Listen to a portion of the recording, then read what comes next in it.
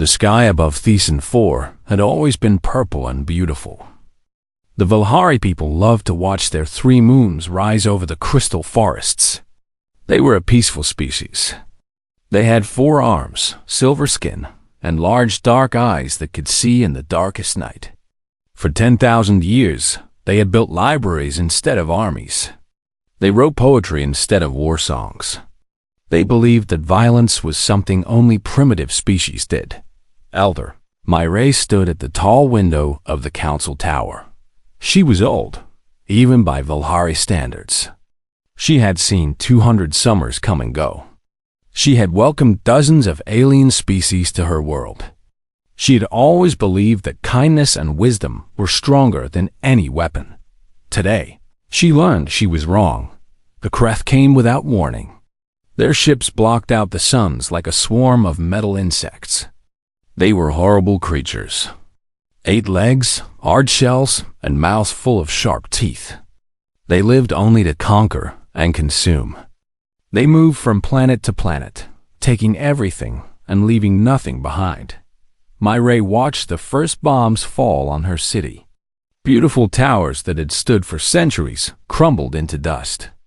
She heard the screams of her people through the open window. Mothers calling for children. Children crying for help that would not come. "Elder, we must go to the shelters," said her assistant, a young male named Sanu. His 4 hands were shaking. His silver skin had turned pale with fear. "The shelters will not save us," Myre said quietly. "Nothing will save us." She had sent messages to every ally the Valhari had made over the centuries. The Tirani said they were too far away. The Meshkari said they could not risk war with the Kreth. The Galactic Council sent their deep regrets and promised to write a strongly worded letter. Nobody was coming. Myre closed her eyes and tried to accept death. She had lived a good life. Perhaps it was simply time for the Valhari to end. Perhaps the universe was as cold and cruel as the old story said. Then she remembered something. 40 years ago, a strange ship had appeared in Valhari space. It was ugly and rough, nothing like the elegant vessels of other species. The creatures inside were even stranger. They had only 2 arms and 2 legs. Their skin came in different colors. They called themselves humans, and they came from a small blue planet very far away. The humans had offered friendship and alliance. They spoke of mutual defense and shared knowledge. But Myre and the other elders had politely refused. The humans seemed too aggressive, too warlike. They carried weapons even when meeting for peaceful talks. They spoke of enemies and battles as if such things were normal. Before leaving, the human captain had given Myre a small device. It was black and simple, with only 1 button. "If you ever need help," the captain had said, "press this. We will come." Myre had put the device in a drawer and forgotten about it. She had never imagined needing help from warriors. Now, as her world burned around her, she ran to her private chamber. She threw open the old drawer with shaking hands. The device was still there, covered in dust. She picked it up and looked at the single button. What could the humans do? They were so far away. They were just one species among thousands. The Kreth had conquered entire star systems. What could a few humans do against such evil? But her people were dying. Her children and grandchildren were hiding in dark shelters, waiting for monsters to find them. She had no other choice. Myre pressed the button. For a moment, nothing happened. Then a small light turned green, and the device spoke in a mechanical voice. Signal received. Message transmitted. Help is coming. Myre did not believe it. How could help come from so far away? How long would it take? Days, weeks? Her people would be dead or enslaved by then. She walked back to the window. The Kreth landing ships were touching down in the city squares. She could see their soldiers pouring out, weapons ready. They moved like insects, fast and terrible. Some of her people tried to run. They did not get far across the galaxy. Aboard the massive carrier ship called Indomitable, Admiral Doan was eating his dinner when the alarm sounded. He was a tall man with gray hair and tired eyes. He had fought in 3 wars and lost many friends. He thought his fighting days were over. He walked to the command center and listened to the signal. It was old code, very old. It took the computers a moment to translate it into one simple word: help. Where is this from? Doan asked. Thiessen 4, sir, said his communications officer. The Valhari homeworld. Our records show we made first contact with them 42 years ago. They declined alliance. What is their situation? The officer checked the readings. Kreth invasion force. Massive. The Valhari have no military, sir. They are being slaughtered. Doan stood very still. The Valhari had rejected humanity. They had called humans too violent, too primitive. They had wanted nothing to do with Earth or its people, but they had asked for help. Doan made his decision in less than 3 seconds. Wake the Marines, he said. All of them. Set course for Thiessen 4, maximum speed. Sir, the Kreth outnumber us significantly. This could be, I know what it could be. Doheen interrupted. Someone asked for help. We answer. That is who we are. Deep in the cold belly of the ship, machines began to hum. Frost cracked on hundreds of metal pods. Cold mist filled the air as the pods slowly opened. Inside each pod was a human marine, frozen in deep sleep, preserved for moments exactly like this. Sergeant Jiwan was the first to open her eyes. She took a deep breath of cold air and felt her blood begin to warm. She did not know where she was going. She did not know who needed help. But she knew one thing for certain. Someone had called, and she would answer. The capital city of Thiessen 4 was burning. Smoke rose from broken buildings and filled the purple sky with gray clouds. The beautiful crystal trees that had taken centuries to grow were now shattered on the ground. The streets were empty, except for the bodies of those who could not run fast enough. Miraen 40. Other Valhari hid inside a collapsed temple. The ancient stone walls had fallen inward, creating small spaces where they could hide. They pressed together in the darkness, trying not to breathe too loudly. Among them were children, elders, and families who had lost everything. Outside, they could hear the clicking sounds of Kreth soldiers. The insects communicated through clicks and scratches that sounded like bones breaking. They were searching every building, every hole, every shadow. When they found Valhari, they did terrible things. A young mother named Hannah held her 2 children close. She covered their ears so they would not hear the sounds outside. Her 4 arms wrapped around them like a protective shell, but she knew it would not be enough. When the Kreth found them, her arms would not stop their weapons. They are getting closer, whispered Sianu. He was pressed against a crack in the wall, watching the street outside. 20 soldiers. Maybe more. They know we are here. Myrae felt her heart sink. Valhari had 3 hearts, and all of them were beating with fear. She looked at the faces around her. Old scholars who had spent their lives studying the stars. Children who would never grow up. Mothers and fathers who would never see another sunrise. I am sorry, she said softly. I have failed you all. No one answered. What was there to say? Then the wall exploded. Stone and dust flew everywhere. Kreth soldiers poured through the hole, their weapons raised, their insect eyes scanning for prey. They clicked excitedly when they saw the huddled Valhari. Easy prey. Helpless prey. The lead soldier raised his weapon and aimed at Mirae. And then the sky screamed. Everyone looked up. Through the smoke and clouds, something was falling. Many somethings. They glowed red and orange, like meteors made of fire. They fell so fast that the air itself seemed to tear apart around them. The Kreth soldiers stopped. They had never seen anything like this. Their commanders had told them this planet had no allies, no defenders, no hope. The first ship hit the ground 3 streets away. It did not land gently. It crashed into the stone with a sound like thunder, sending cracks through the pavement. Before the dust could settle, a door blew open and figures poured out. They were smaller than the Kreth. They had only 2 arms, 2 legs, soft skin. They wore heavy armor and carried weapons that looked crude and simple compared to Kreth technology, but they moved like nothing the Kreth had ever seen. Corporal Tai Wu was the first Marine out of the dropship. His boots hit the alien ground, and he was already running, already firing. His rifle made a sharp cracking sound, so different from the hum of energy weapons. Each crack meant another Kreth soldier falling. Behind him came the others. Sergeant Jaiwan, her face hidden behind her helmet, her voice calm as she gave orders.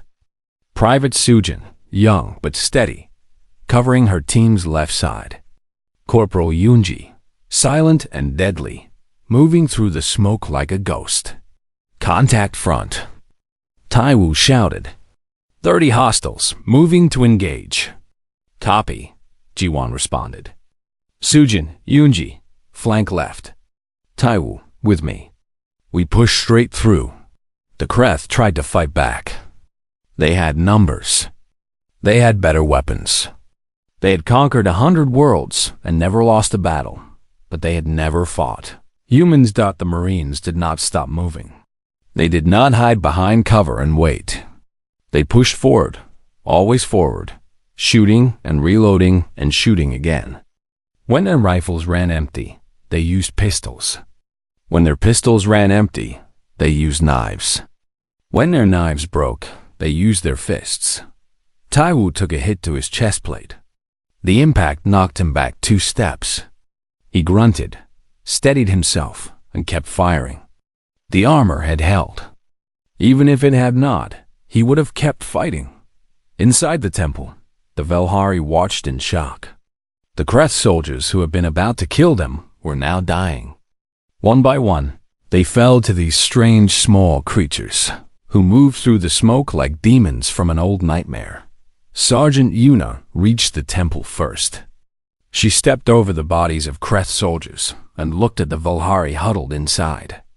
She saw their fear, their confusion, their desperate hope. She removed her helmet. Underneath was a face covered in sweat and dirt. Her hair was short and messy.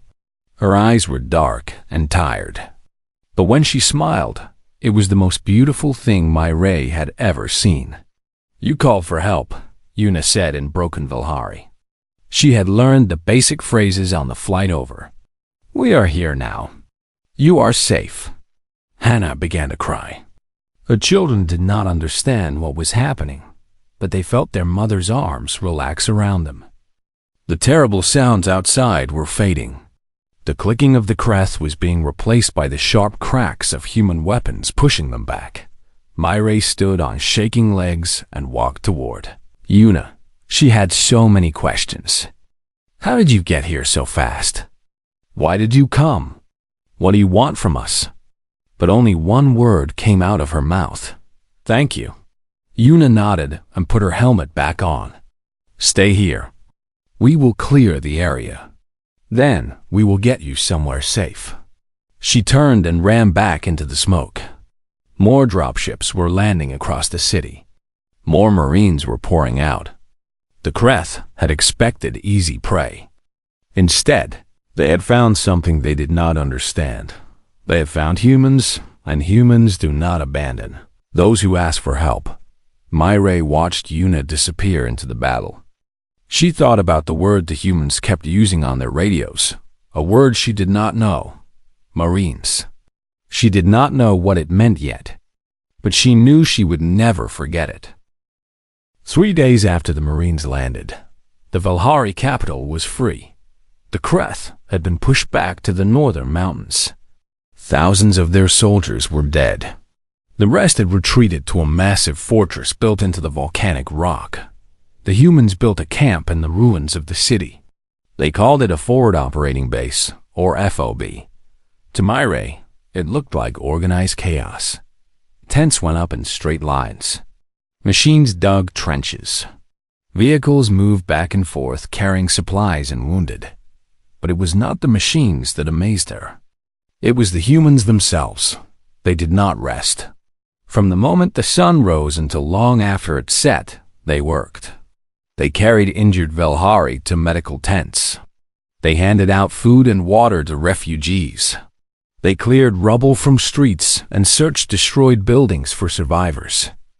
Mireille walked through the camp, watching everything. She saw a human soldier giving his own food to a hungry Velhari child. She saw another one carrying an old Velhari elder on his back because the elder could not walk. She saw a human medic working on a wounded Velhari for 6 hours straight, refusing to stop even when her own hands started shaking from exhaustion. These were the same creatures who had killed hundreds of Crest soldiers in a single day. The same creatures who had charged through enemy fire without hesitation. Now they were feeding children and comforting the scared. Mireille did not understand. In her experience, warriors were either gentle or violent. Not both. She found Private Sujin sitting alone near a small fire. The young soldier looked tired. There were dark circles under her eyes and dirt on her face. But she was not resting. She was sitting with a small Velhari girl who had lost her entire family in the attack. The girl did not speak. She had not spoken since the Marines found her hiding under the bodies of her parents. But Sujin sat with her anyway. She held the girl's small hand in her own larger one. She hummed a soft song, a melody from a planet billions of miles away. Mireille watched this for a long time. Finally, she approached. "You have been sitting here for hours," Mireille said. "Do you not need to rest?" Sujin looked up. Her eyes were wet. "She should not be alone," she said simply. "Nobody should be alone after losing everything. You do not even know her name. That does not matter. She is scared. I am here. That is enough." Mireille sat down next to them. The Velhari girl looked at her with empty eyes. "So much pain for someone so young. Why did you come?" Mireille asked Sujin. "Your planet is so far away. We are strangers to you. We rejected your offer of friendship years ago. Why risk your life for us?" Sujin was quiet for a moment. She looked at the fire, then at the stars, then at the little girl still holding her hand. "My grandmother used to tell me a story," Sujin said, "about a time before humans went to space. Our world was full of war. Country against country. People against people. Millions died because we could not stop hating each other. We almost destroyed ourselves. What stopped you? We learned. Slowly, painfully, we learned that we are stronger together than apart. We learned that helping others is not weakness. It is the only thing that makes us strong." Sujin squeezed the little girl's hand gently. "When someone asks for help, we help. That is the lesson our ancestors paid for with blood. We do not forget." On the other side of the camp, Lieutenant Humwu was meeting with the Velhari Council. Mireille had appointed him as the link between human and Velhari leaders. He stood before a group of silver-skinned elders and explained the situation. "The Kreth have fortified a mountain stronghold in the north," Hyunwoo said. "They have called for reinforcements. A fleet will arrive in 3 days. If we do not destroy their ground forces before then, they will be resupplied and reinforced. This war will never end." Elder Sianu leaned forward. "How many soldiers do you have?" 400 Marines." The council went silent. Sianu looked around at the other elders, then back at Hyunwoo. "The Kreth have tens of thousands of soldiers in that fortress," Sianu said slowly. "Your 400 cannot possibly defeat them." Hyunwoo smiled. It was not a happy smile. It was the smile of someone who'd heard this doubt many times before. "With respect, Elder, you have not seen what 400 Marines can do." That night, Mireille walked through the camp one more time. She watched the Marines prepare for the coming battle. They cleaned their weapons carefully. They checked their armor piece by piece. They wrote letters on small electronic devices, messages to families and friends back on Earth. She stopped near a group of soldiers sitting in a circle. They were laughing and joking with each other. One of them was telling a story about something stupid he had done during training. The others were making fun of him. They knew they might die tomorrow. They knew the odds were against them. But they laughed anyway. Sergeant Jiwan noticed Mireille watching.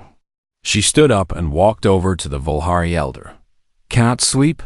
Jiwan asked. "I am trying to understand your people," Mireille admitted. "You face death tomorrow, yet you laugh." Jiwan thought about this. "If we spend our last night being afraid, then fear wins. The Krath want us to be afraid. We choose not to give them that." She looked back at her squad. "Besides, these are my brothers and sisters. Whatever happens tomorrow, we face it together. That is worth smiling about." Mireille felt something shift inside her three hearts. She had spent her whole life believing that peace meant avoiding violence at all costs. But these humans showed her something different. They did not love violence. They did not want to fight. But when innocent people suffered, they chose to stand in the way of evil. That was not primitive. That was not barbaric. That was love. "I wish we had accepted your alliance 40 years ago," Mireille said quietly. Jiwan shook her head. "We are here now. That is what matters." The fortress sat at the top of a dead volcano. The Krath had carved their base directly into the black rock. Walls of metal and stone rose from the mountain like teeth. Gun towers watched every approach. Inside, tens of thousands of Krath soldiers waited for the human attack they knew was coming. They were not worried. They had seen the human numbers. 400 soldiers against 40,000. The math was simple. The humans would die, and then the Krath would return to finish what they had started. The attack began at dawn. Human gunships came first, screaming across the gray sky. They fired rockets and bullets at the outer walls. Explosions lit up the mountain. The Krath anti-air gun shot back, filling the sky with deadly energy beams. 2 gunships went down in flames. The others kept coming. On the ground, the Marines moved through tunnels that the Valhari scholars had discovered in old records. These passages had been built thousands of years ago, long forgotten by everyone except the historians. Now they led directly under the fortress walls. Sergeant Jiwan led her squad through the darkness. Their flashlights cut through the black like small suns. The tunnel was narrow, forcing them to move in single file. Water dripped from the ceiling. The air smelled old and dead. 30 meters to the breach point, Jiwan whispered into her radio. "All squads report status." One by one, the squad leaders answered. Everyone was in position. Everyone was ready. "On my mark," Jiwan said. 3, 2, 1, mark. The explosions happened all at once. Charges placed against the tunnel ceilings blew open holes into the fortress above. Marines poured through the openings like water through broken dams. The Krath were not prepared for enemies inside their walls. They scrambled to respond, clicking and screaming orders. But the Marines were already among them, too close for the big guns, too fast for the slow Krath response. Corporal Taiwu cleared a room with 3 shots. 2 Krath soldiers down. He moved to the next door, kicked it open, cleared that room too. Behind him, his team followed, covering his back, watching the corners. Contact left. Someone shouted. A group of Krath soldiers came around the corner, weapons firing. Energy beams cut through the air. Private Minho took a hit to his leg and went down. Taiwu grabbed him by the armor and dragged him behind cover while still returning fire with his free hand. "Medic!" Taiwu called. Minho is hit. Corporal Yunji took a plasma round to her shoulder. The impact spun her around and slammed her against the wall. The pain was incredible, like fire and ice at the same time. She looked down at the wound. Her armor had melted. Blood was running down her arm. She switched her rifle to her other hand and kept fighting. Deeper in the fortress, Captain Dongwu received a message on all frequencies. The Kreth Queen wanted to talk. Her image appeared on his display. She was massive, twice the size of a normal Kreth soldier. Her shell was decorated with gold and jewels stolen from 100 conquered worlds. Her mandibles clicked as she spoke. "Human," she said, her voice translated by his helmet computer. "You fight well, but you cannot win. Surrender now, and I will give your soldiers quick deaths." "And if we do not surrender?" Dongwu asked. "Then I will execute the prisoners I hold. 1,000 Velhari. Men, women, children. They will die slowly while your soldiers watch." Dongwu closed his eyes. He thought about his orders, his training, his duty. He thought about the Velhari who had asked for help. He thought about what kind of man he wanted to be. "Where are you?" he asked. The queen gave him the location. The throne room at the heart of the fortress. She challenged him to face her alone. Single combat. If he won, the prisoners would be freed. If he lost, his marines would lay down their weapons. Dongwu knew it was a trap. He knew the queen would not fight fair. But he also knew that every minute spent fighting her was a minute his marines could use to reach the prisoners. He accepted. The throne room was large and dark. Pillars of black stone held up a ceiling lost in shadow. The queen sat on a throne made from the bones of her enemies. Around her stood her personal guards, 50 of the largest Kreth soldiers Dongwu had ever seen. He walked in alone, as promised. He carried only his combat knife and his pistol. No rifle, no grenades, no backup. "You are either very brave or very stupid," the queen said. "Perhaps both." "Perhaps," Dongwu agreed. "But I am here. Let us end this." The queen rose from her throne. She was even bigger than she had looked on the display. Her claws were longer than Dongwu's forearms. Her armor was thick enough to stop bullets. She moved toward him with the confidence of a predator who had never known defeat. The fight was not beautiful.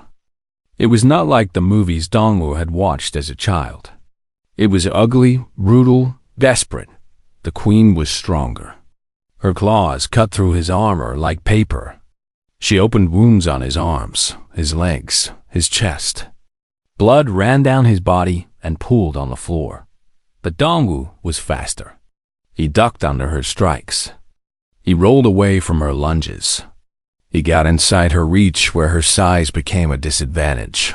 He took wounds to give wounds. When her claw cut his arm, he used that moment to drive his knife into her joint. When she knocked him down, he shot her in the eye as he fell. The queen screamed.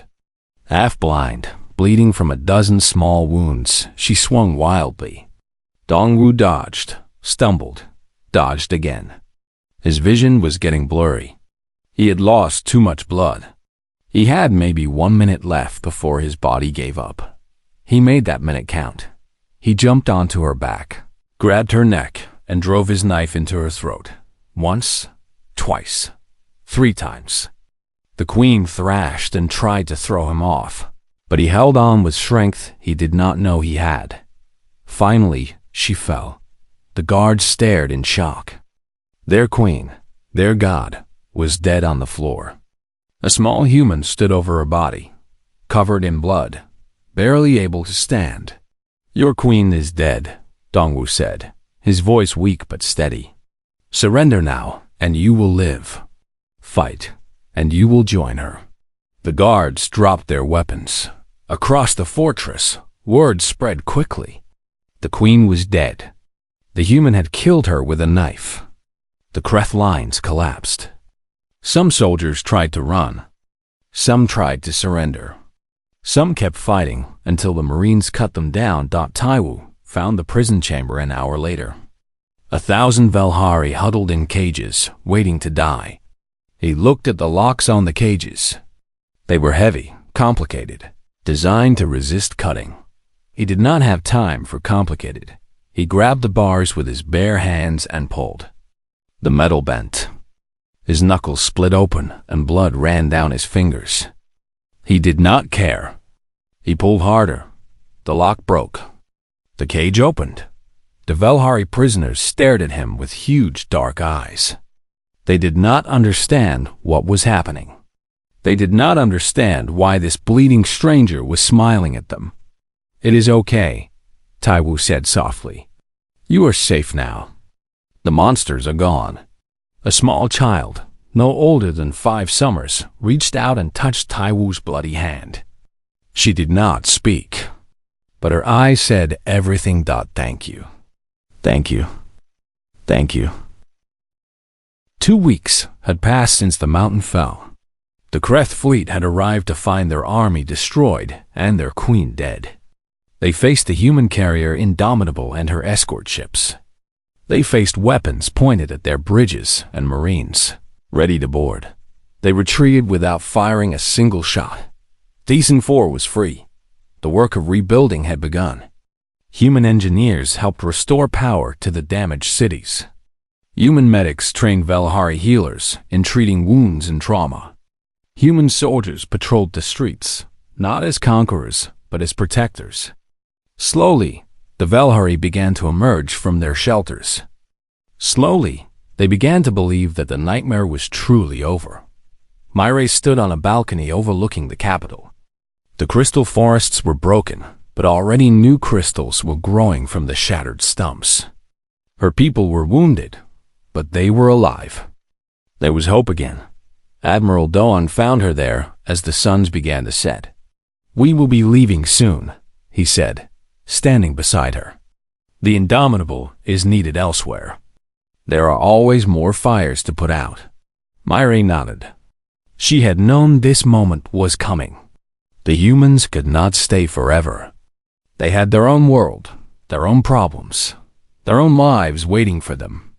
"Before you go," she said, "I must ask you something. It has been burning in my mind since the day you arrived. Ask, why did you come?" Daohan looked at her with his tired eyes. He had heard this question before, from other species, on other worlds. The answer never seemed to satisfy them. But he gave it anyway. "You asked for help." "That is not an answer," Myre said.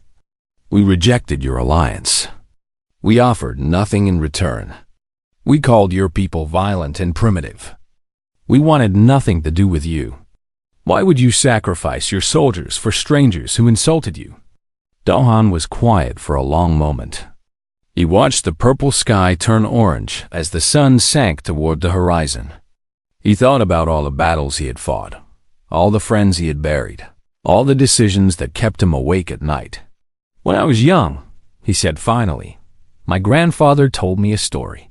He said that humans spent most of their history hurting each other.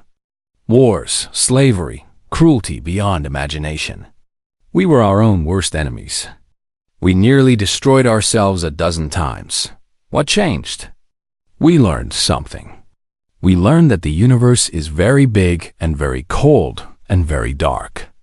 We learned that life is rare and precious and easily lost. And we learned that the only way to survive the darkness is to carry light for each other." He turned to face Myre directly. His eyes were serious, sincere, full of something the Velhari word for might be faith. When someone asks for help, we help. Not because we expect something in return. Not because it benefits us. We help because that is who we choose to be.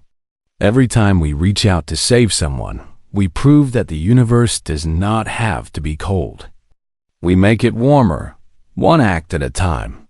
Myre felt tears forming in her large, dark eyes. She had lived for 200 years. She had studied philosophy and history and the nature of existence. But she had never understood anything as clearly as she understood this. "We were wrong about you," she said. "We were so wrong. You are not the first," Dohon said with a small smile. "You will not be the last." But we do not help people because they deserve it. We help because they need it. That is enough. The next day, the Valhari Council met for the most important vote in their history. Myre stood before them and spoke for an hour. She told them about Private Sujin holding an orphan child's hand. She told them about Corporal Taiwu breaking cages with his bare hands. She told them about Captain Dongwu walking alone into a room full of enemies to save people he had never met. These humans are not what we thought, she said. They are not primitive. They are not brutal. They are something we have never seen before. They are warriors who fight for peace. They are soldiers who carry the weak. They are strangers who become family. The vote was unanimous. The Valhari accepted full alliance with the United Earth government, but something else happened that day. Something that would change Valhari culture forever. Young Valhari began to ask questions their elders had never considered. What does it mean to protect something? What is worth fighting for? Is peace that cannot defend itself truly peace at all? The first Valhari applied to train with human marines 6 months later. Within a year, there were hundreds. They would never be soldiers like the humans. Their bodies were too fragile, their minds too gentle. But they learned other ways to help. They became medics, engineers, diplomats who understood that sometimes peace must be defended. On the day the human fleet finally departed, Sergeant Jiwon stood at the boarding ramp of the last dropship. She had spent weeks helping rebuild the capital. She had made friends among the Valhari. Leaving was harder than she had expected. Myre came to say goodbye. The old Valhari elder and the young human soldier stood facing each other as the engines warmed up. Will you return? Myre asked. Jiwon looked back at the crystal forests. They were still scarred from the war. Many towers were still broken. But crews were working everywhere, human and Valhari side by side, building something new from the ashes of the old. If you need us, Jiwon said, you will not even have to ask. She reached out and took Myre's hand. Two species, so different in body and history, connected by something stronger than blood or politics. Thank you, Myre said. For everything. Thank you, Jiwon replied. For giving us a chance to be who we want to be. She released Myre's hand, turned, and walked up the ramp. The door closed behind her. The engines roared. The dropship rose into the sky, carrying the last of the human soldiers back to their ship. Myre watched until the dropship was just a dot of light among the stars. Then she turned and walked back toward the city. There was work to do, a world to rebuild, a future to create. The humans had shown them what was possible. Now it was up to the Valhari to carry that light forward, above the planet. The Indomitable turned toward the darkness between stars. Somewhere out there, another signal would come. Another world would cry for help. Another impossible battle would need to be fought, and when that day came, the Marines would answer, because that is who they are. That is who humans choose to be. Through the smoke, through the fire, through the darkness of space itself, they come when called. Not for glory, not for profit, not for power. They come because someone needs them, and that is enough.